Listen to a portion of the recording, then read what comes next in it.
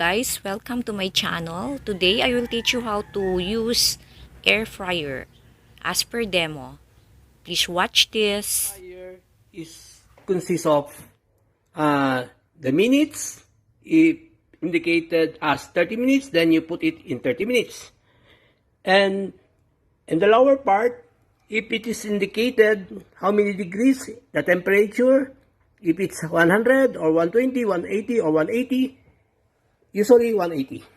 They use 180 degrees centigrade. That is the heat of the food in cooking.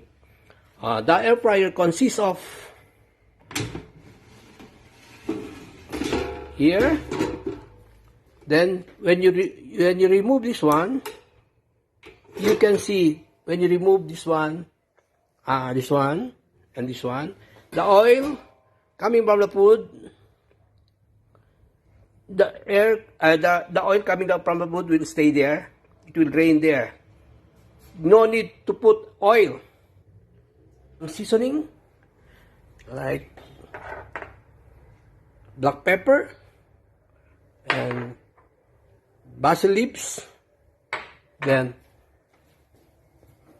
I will rubbing the seasoning on top of the tilapia, and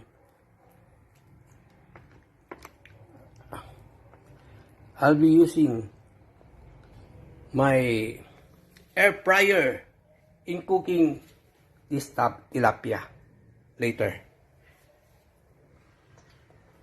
Okay?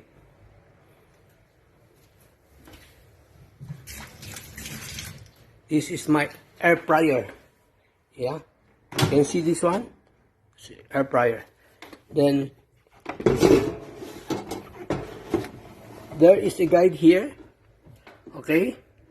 When you cook your food, your pork, chicken, fries, or cupcake, or fish, for fish it takes 5 minutes. Then you tilt it another 5 minutes.